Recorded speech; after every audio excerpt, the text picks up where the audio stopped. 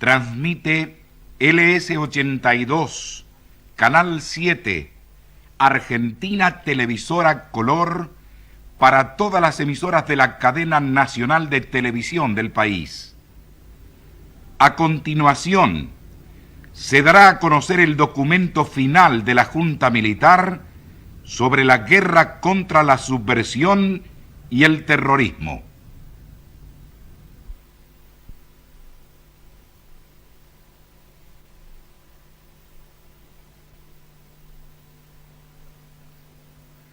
La Junta Militar presenta a la ciudadanía un cuadro del desarrollo de la agresión terrorista a lo largo de casi 2 décadas, y por su intermedio, las Fuerzas Armadas asumen la cuota de responsabilidad histórica que les compete frente a la nación, en el planteamiento y ejecución de las acciones en las que no se agotan las responsabilidades que frente a la República pudieran corresponder a otros estamentos, sectores e instituciones.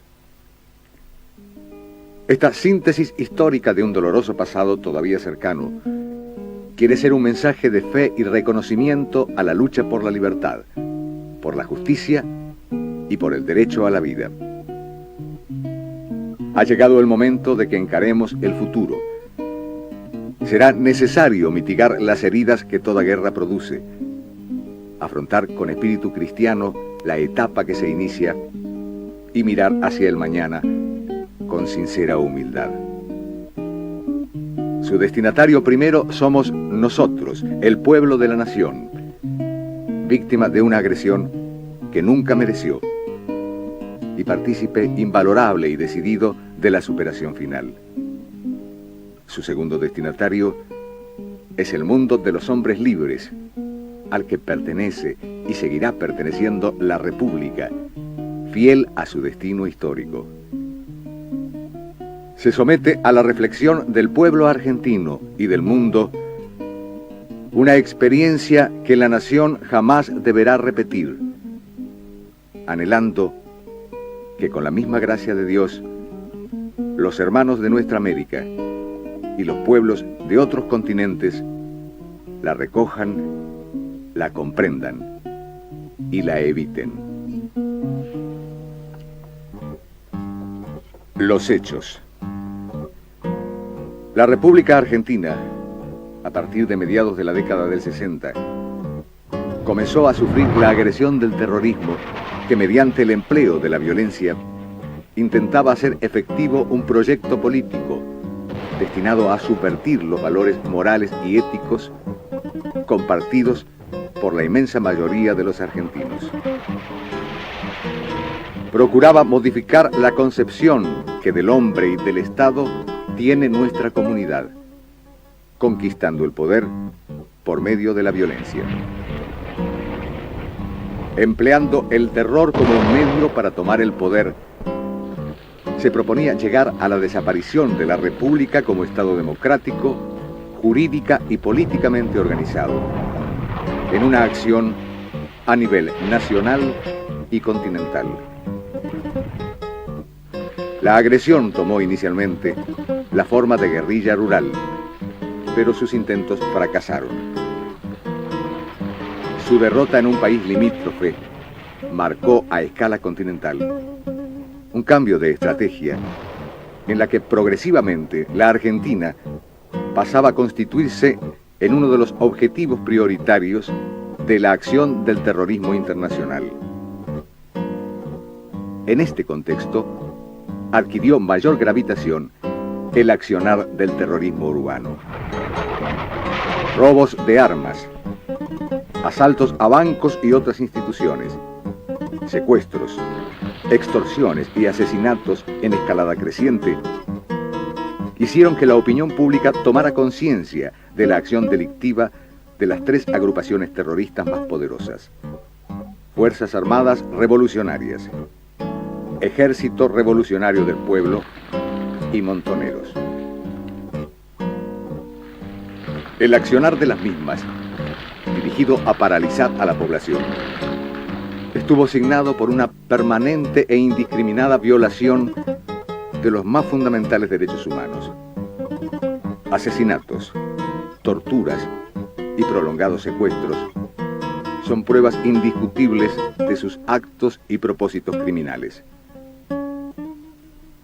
Sus víctimas abarcaron todos los estratos sociales: obreros, sacerdotes, intelectuales, hombres de empresa, periodistas, funcionarios públicos, jueces, militares, agentes del orden, dirigentes políticos, sindicales y hasta niños.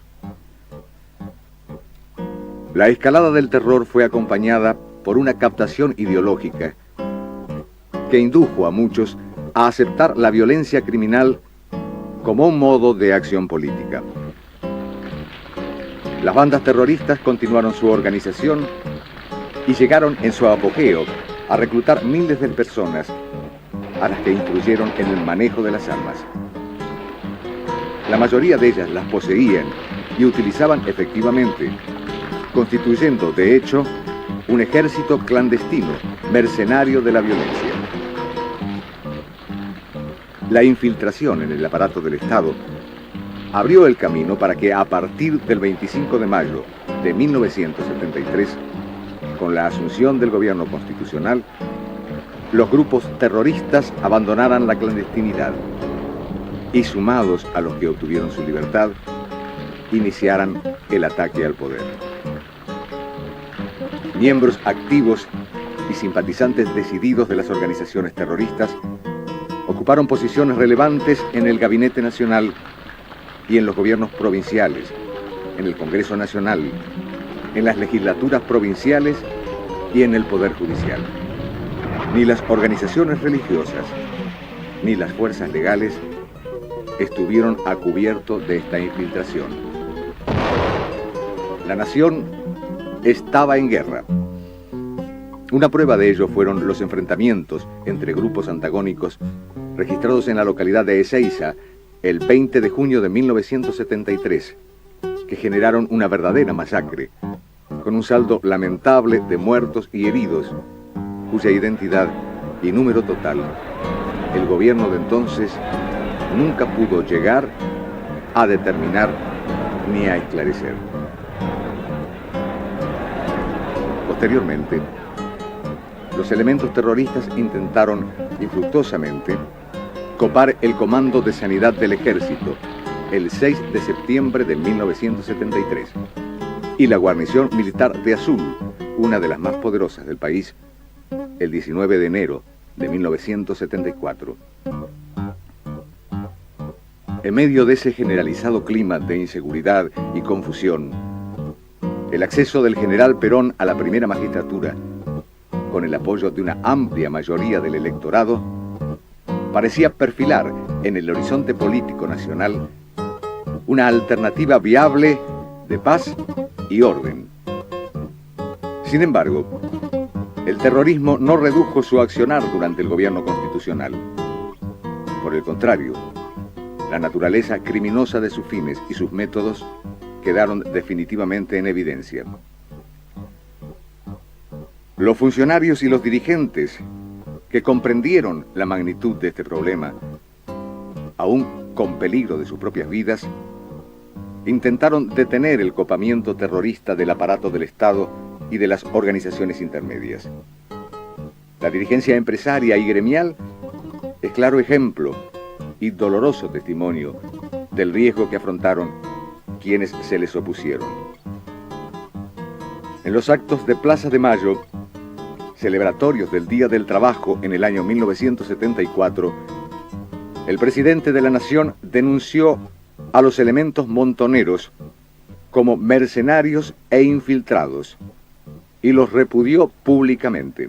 A estos estúpidos que gritan, han visto caer a sus dirigentes asesinados sin que haya todavía sonado el escarmiento. Las bandas terroristas continuaron perfeccionando sus estructuras.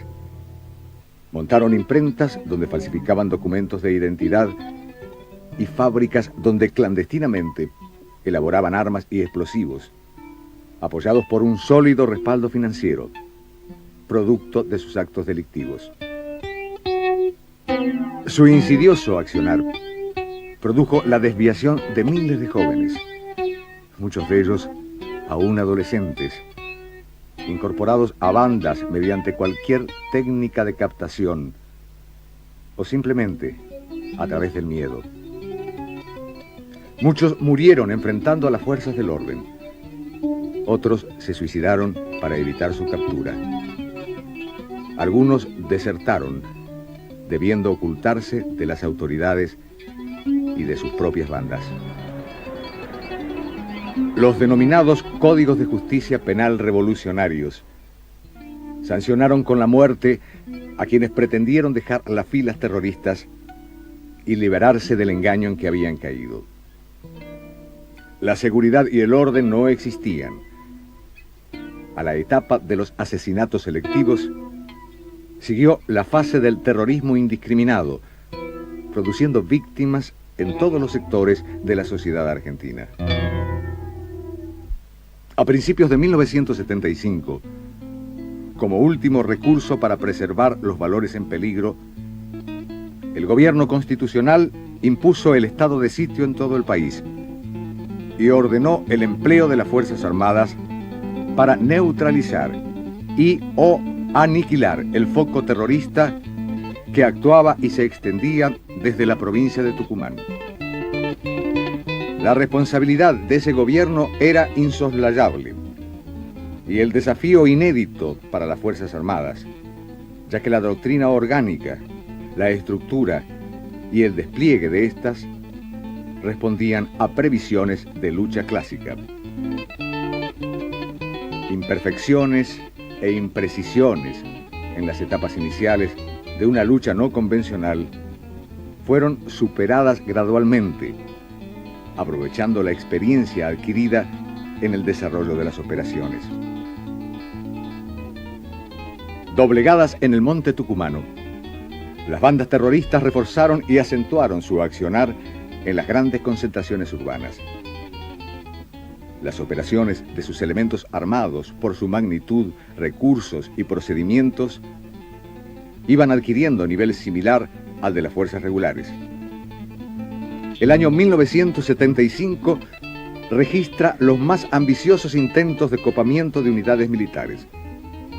El Batallón de Arsenales de San Lorenzo, el 19 de abril. El Regimiento de Monte 29 de Formosa, el 5 de octubre. El Batallón de Arsenales de Monte Chingolo, el 23 de diciembre, siendo esta la mayor operación del terrorismo urbano que recuerda la historia. Las derrotas sufridas en los grandes enfrentamientos mostraron a los dirigentes terroristas la necesidad de volver a las tácticas originarias, basadas en la acción celular e individual. Una secuela interminable de muertes, secuestros y atentados afectaron durante 3 largos años la paz de la República y la seguridad de sus habitantes. Los ataques terroristas se extendieron a toda la comunidad. Los atentados contra la vida y los bienes públicos y privados fueron hechos cotidianos. Los periódicos de la época documentan que ese cuadro era parte de la vida diaria del país y todos sus habitantes, que vivieron y sufrieron esa experiencia, son testigos de ello. En la lucha contra el terrorismo, las fuerzas legales detectaron innumerables celdas secretas, denominadas por las bandas terroristas cárceles del pueblo. Ellas, además de haber alojado a ciudadanos de todos los niveles, en oportunidades allí mismo asesinados, fueron también usadas para castigar y ejecutar a integrantes de las propias bandas. Para tener una clara idea de la magnitud del accionar terrorista por medio de las cifras, merece destacarse que en el año 1974 se registraron 21 intentos de copamiento de unidades de las fuerzas legales, 466 atentados con artefactos explosivos y 16 robos de sumas importantes de dinero.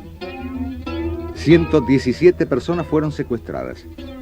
y 110 fueron asesinadas. El año 1976 marcaba la máxima escalada de la violencia.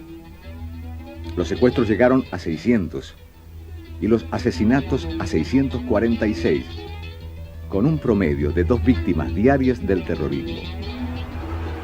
Se registraron 4.150 acciones terroristas entre copamientos de localidades, acciones de propaganda armada, intimidaciones extorsivas y atentados con explosivos. Un examen de la crónica periodística correspondiente a los años 1973 al 79 informa que en ese lapso, en 742 enfrentamientos, resultaron muertas 2.050 personas, cifra que no incluye las bajas sufridas por las fuerzas legales. Entre 1969 y 1979 se registraron 21.642 hechos terroristas. Esta cifra guarda relación con la magnitud de la estructura subversiva, que llegó a contar en su apogeo con 25.000 adherentes, de los cuales 15.000 fueron combatientes, es decir, individuos técnicamente capacitados e ideológicamente fanatizados para matar. La naturaleza y características propias de esta forma de ataque, sorpresivo, sistemático y permanente, obligaron a adoptar procedimientos inéditos en la guerra afrontada. Debió imponerse el más estricto secreto sobre la información relacionada con las acciones militares, sus logros, las operaciones en desarrollo y los descubrimientos realizados. Se tornaba imprescindible no alertar al adversario, no descubrir las propias intenciones, recuperando la iniciativa y sorpresa en las acciones, hasta ese momento en manos del oponente. Durante todas estas operaciones, fue prácticamente imposible establecer con precisión las bajas totales sufridas por las bandas de delincuentes terroristas y la identidad de sus componentes. Incluso cuando sus cadáveres quedaron en el lugar de los episodios, dado que actuaban bajo nombres falsos y con apodos conocidos como nombres de guerra, y porque su estructura celular, modo de operar y compartimentación de sus acciones imposibilitaron disponer de un programa más completo de los acontecimientos. Los esfuerzos realizados por las Fuerzas Armadas de Seguridad y policiales para restablecer la paz y el orden arrojaron resultados progresivos. La agresión terrorista fue cediendo y la sociedad argentina comenzó a recuperar el espacio perdido en cuanto a paz y seguridad. Los jefes de las bandas terroristas y varios de sus seguidores comenzaron a dejar el territorio nacional al vislumbrar su derrota, abandonando en el país a muchos de sus integrantes y protegiendo en otros casos su ida a la clandestinidad. Fue culminando así una dolorosa y dura etapa en la que la victoria finalmente alcanzada posee un contenido coincidente con el propio significado de la derrota de los violentos. Ello fue así porque la sociedad argentina se mantuvo fiel a sus tradiciones, leal a su conciencia y firme en su decisión. Para cada uno de los sectores sociales, la subversión elaboró y puso en marcha diversas metodologías, todas ellas convergentes al fin común de destruirlos, dominarlos o paralizarlos. Pero también fracasó al herir en sus valores más firmes a un pueblo pacífico y libre.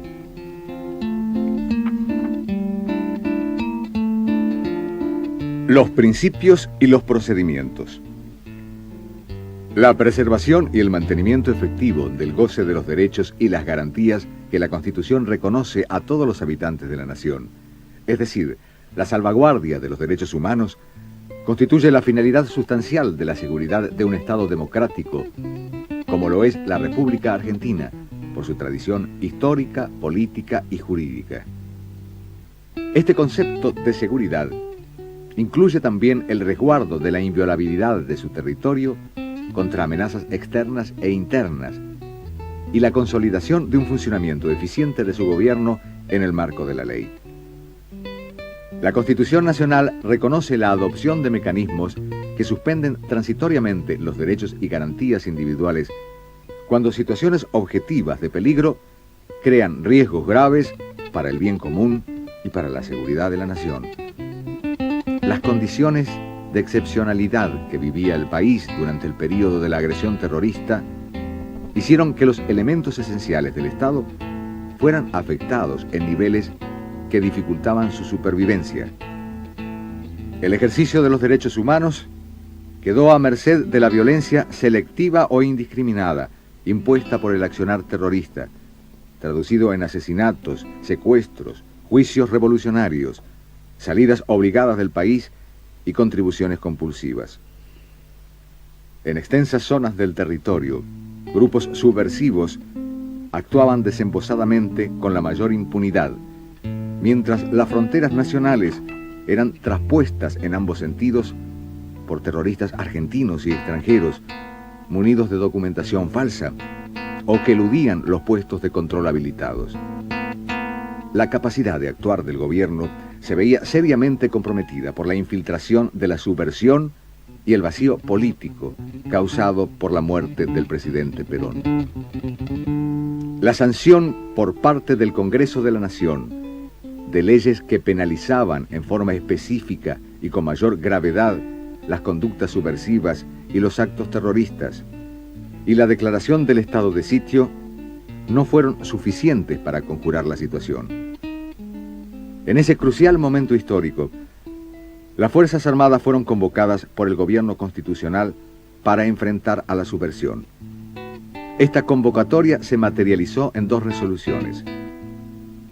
Decreto número 261 del 5 de febrero de 1975, que ordena ejecutar las operaciones militares que sean necesarias a efectos de neutralizar y o aniquilar el accionar de los elementos subversivos que actúan en la provincia de Tucumán.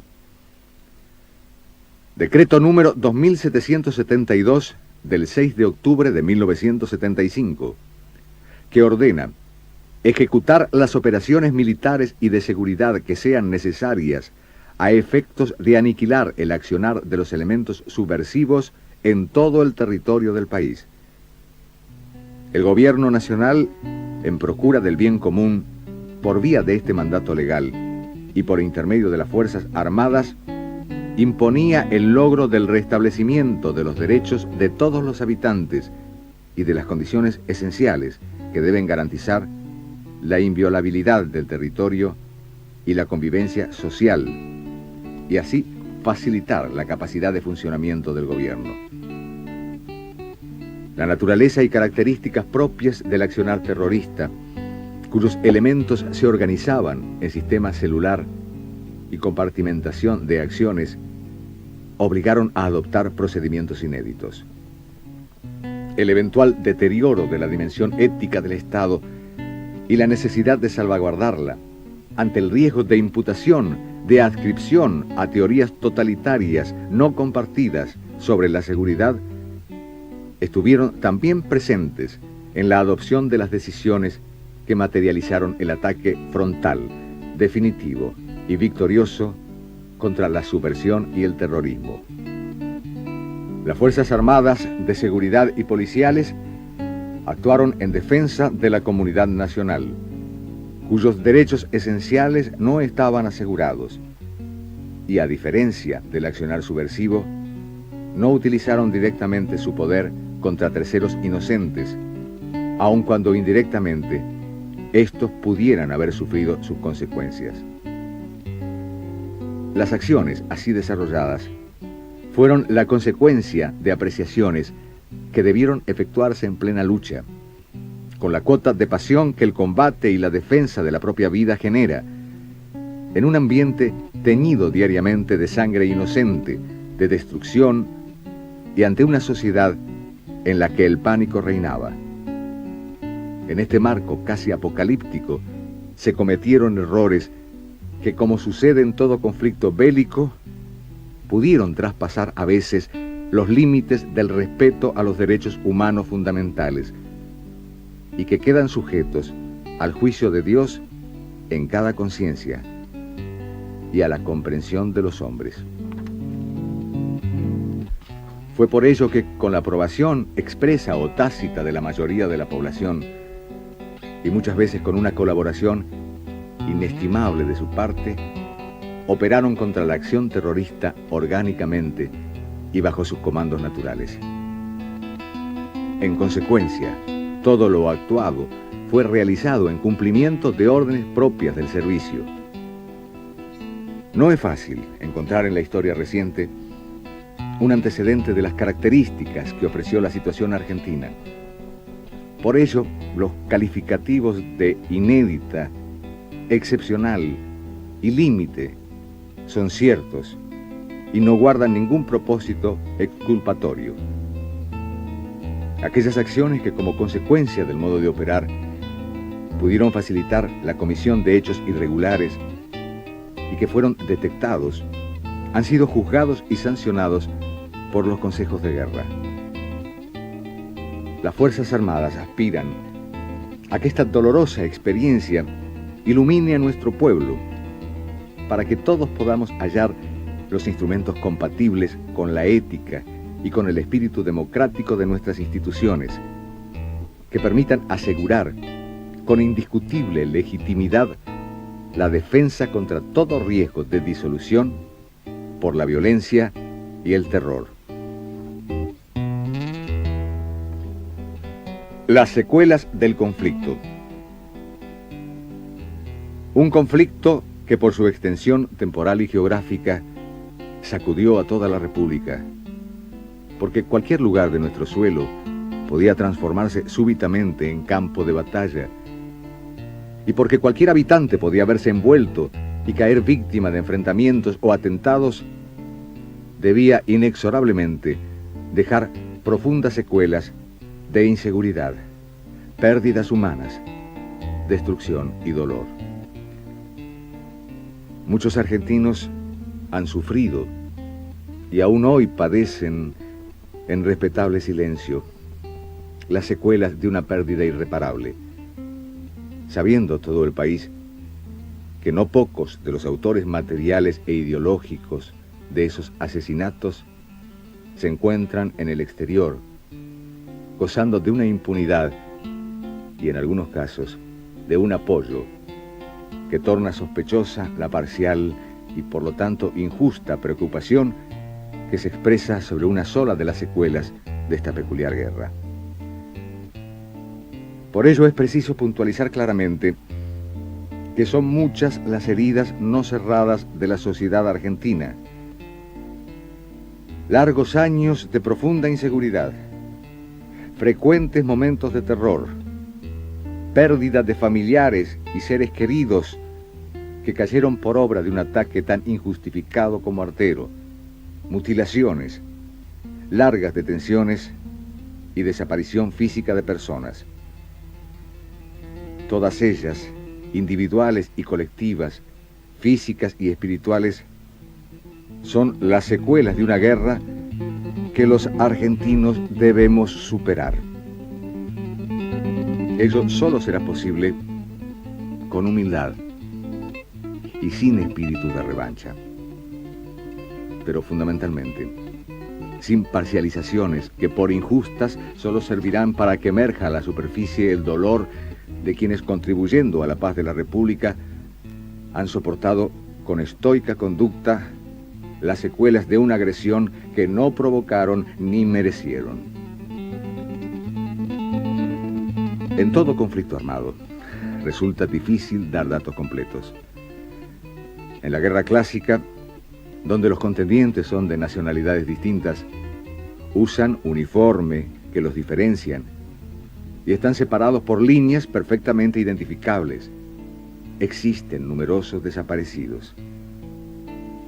En una guerra de características tan peculiares como la vivida, donde el enemigo no usaba uniforme y sus documentos de identificación eran apócrifos, el número de muertos no identificados se incrementa significativamente.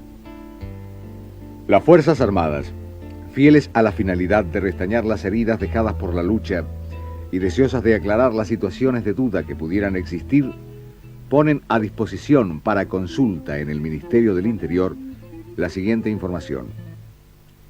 Nómina de los integrantes de las organizaciones terroristas actualmente condenados y bajo proceso por la Justicia Federal y por los consejos de guerra y detenidos a disposición del Poder Ejecutivo en virtud del artículo 23 de la Constitución Nacional. Pedidos de paradero, presuntos desaparecidos, registrados por el Ministerio del Interior desde el año 1974 hasta la fecha. Pedido de paraderos solucionados por vía judicial o administrativa. Bajas producidas por la acción terrorista. Es el tema de los desaparecidos el que con más fuerza golpea los sentimientos humanitarios legítimos, el que con mayor insidia se emplea para sorprender la buena fe de quienes no conocieron ni vivieron los hechos que nos llevaron a esa situación límite. En reiteradas oportunidades, el Gobierno Nacional expresó a las comisiones específicas de los organismos internacionales competentes la circunstancia de que en los listados presentados, entre nombres incompletos y referencias confusas, figuraban personas que nunca se encontraron en esa situación, detenidos sobre los cuales las autoridades habían dado la información respectiva y hasta personas fallecidas de muerte natural o simplemente inexistentes. La experiencia vivida permite afirmar que muchas de las desapariciones son una consecuencia de la manera de operar de los terroristas. Ellos cambian sus auténticos nombres y apellidos, se conocen entre sí por los que denominan nombres de guerra y disponen de abundante documentación personal fraguada. Las mismas están vinculadas con lo que se denomina como el pasaje a la clandestinidad. Quienes deciden incorporarse a organizaciones terroristas lo hacen en forma subrepticia, abandonando su medio familiar, laboral y social. Es el caso más típico. Los familiares denuncian una desaparición cuya causa no se explica, o conociendo la causa, no la quieren explicar. Así, algunos desaparecidos, cuya ausencia se había denunciado, aparecieron luego ejecutando acciones terroristas. En otros casos, los terroristas abandonaron clandestinamente el país y viven en el exterior con identidad falsa.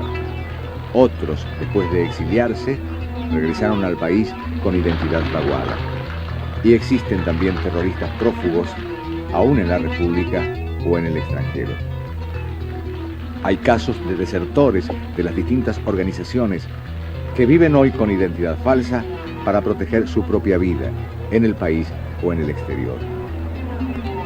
Muchos de los caídos en enfrentamientos con las fuerzas legales no tenían ningún tipo de documento o poseían documentación falsa, y en muchos casos con las impresiones digitales borradas.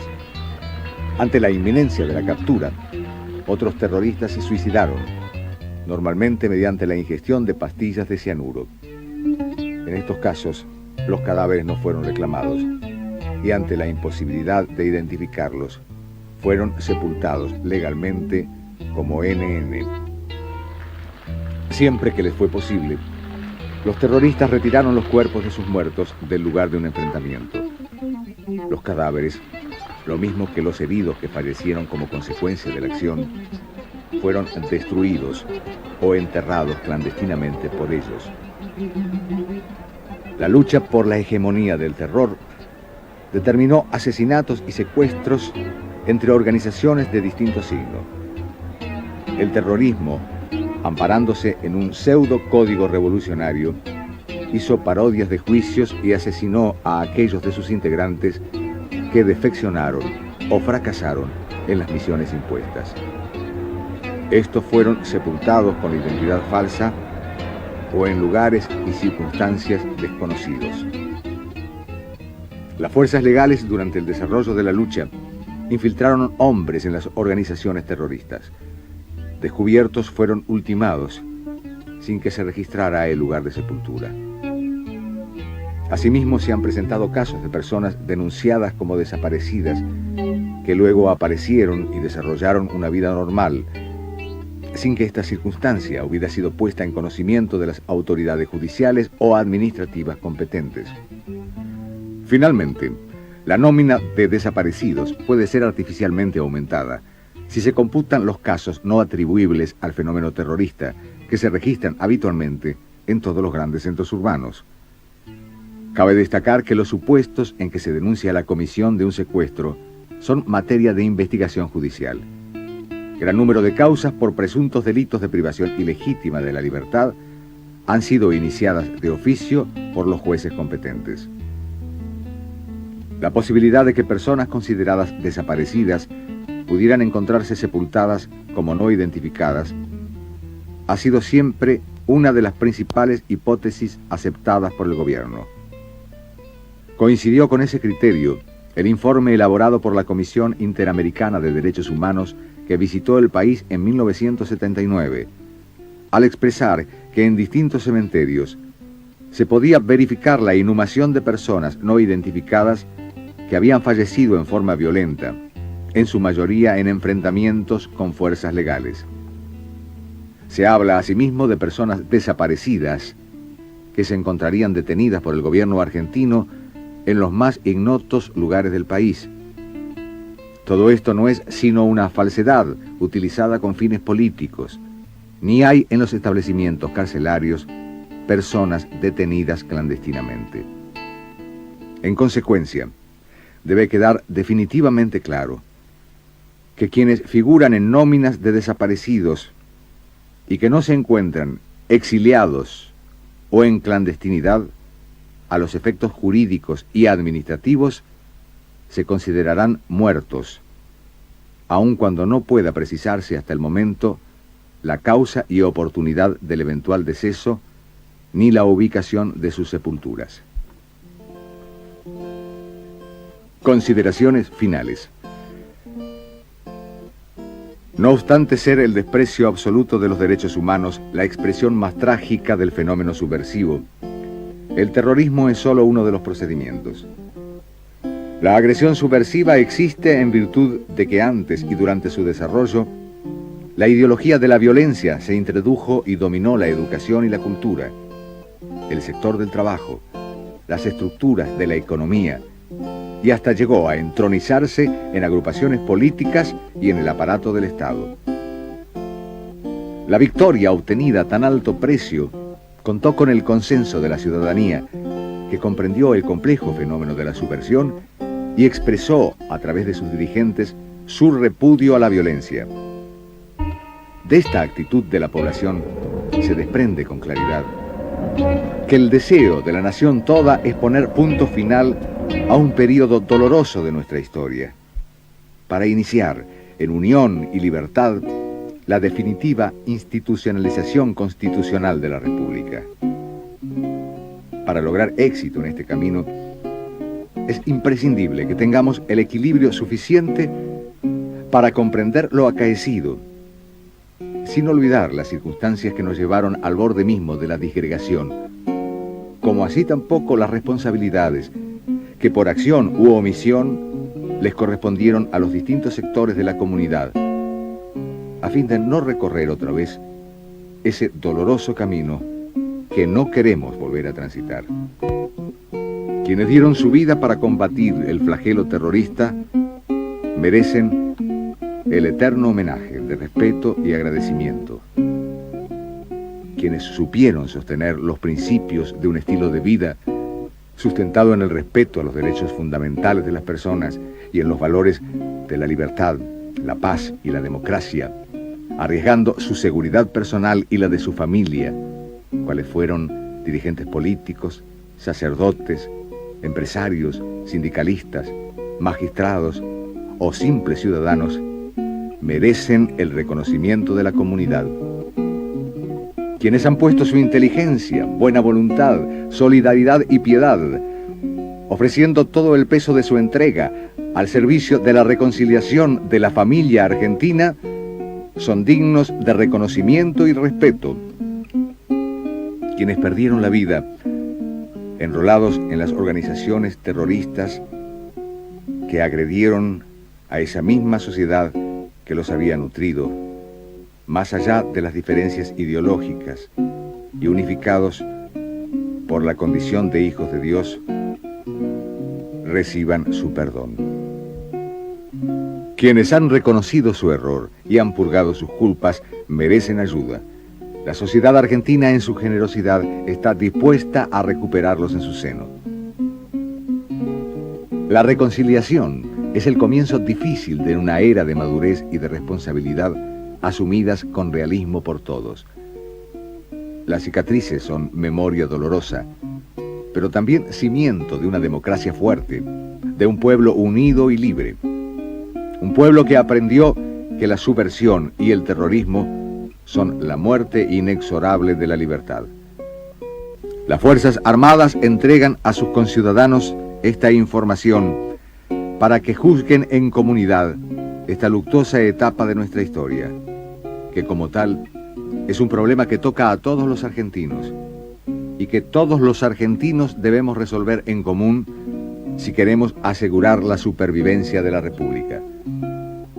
Por todo lo expuesto, la Junta Militar declara: primero, que la información y explicitaciones proporcionadas en este documento es todo cuanto las Fuerzas Armadas disponen para dar a conocer a la nación sobre los resultados y consecuencias de la guerra contra la subversión y el terrorismo. Segundo, que en este marco de referencia no deseado por las Fuerzas Armadas y al que fueron impelidas para defender el sistema de vida nacional, únicamente el juicio histórico podrá determinar con exactitud a quién corresponde la responsabilidad directa de métodos injustos o muertes inocentes. Tercero, que el accionar de los integrantes de las Fuerzas Armadas en las operaciones realizadas con la guerra librada constituyeron actos de servicio. Cuarto, que las Fuerzas Armadas actuaron y lo harán toda vez que sea necesario en cumplimiento de un mandato emergente del Gobierno Nacional, aprovechando toda la experiencia recogida en esta circunstancia dolorosa de la vida nacional.